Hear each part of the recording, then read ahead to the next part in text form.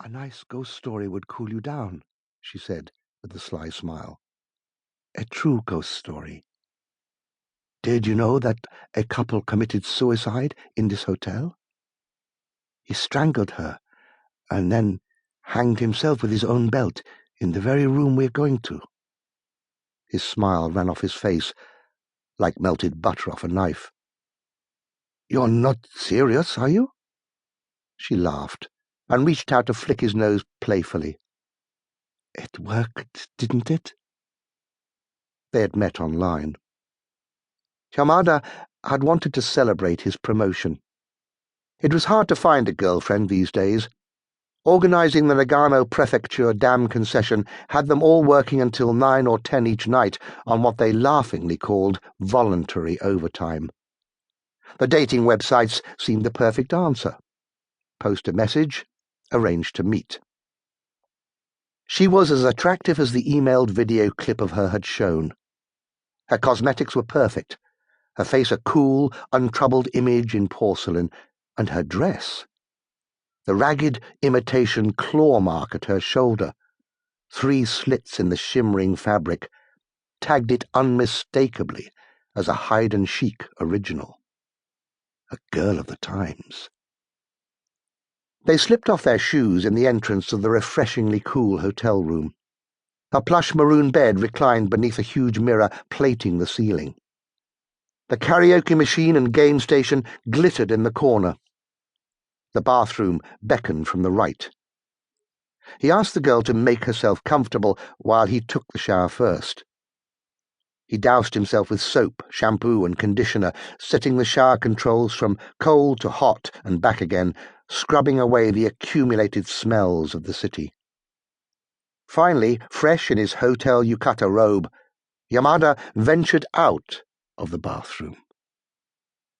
"The shower's great," he called softly, "but perhaps you'd like to join me in trying out the tub?" There was no reply. The girl was sitting fully dressed on the edge of the bed, her back to him, her head bent over her lap. It looked for all the world as if she'd suddenly received some distressing news and was bowing her head in utter sadness. "Is everything all right?" The young man sat next to her, reaching out gently to hold her shoulders, turning her around to face him. The girl's head was bowed so low that her long, glossy hair had fallen over her face, completely hiding it. "What's wrong? You're scaring me." He reached out to brush the hair away. His fingers parted her fringe, and suddenly recoiled when they encountered not the soft skin of her face, but more hair. More hair, going back as far as... Before he could react, she grabbed his head and thrust her face into his in a rushed, startling mockery of a kiss. Yamada gasped as his face was shoved into the smothering, shiny curtain of hair.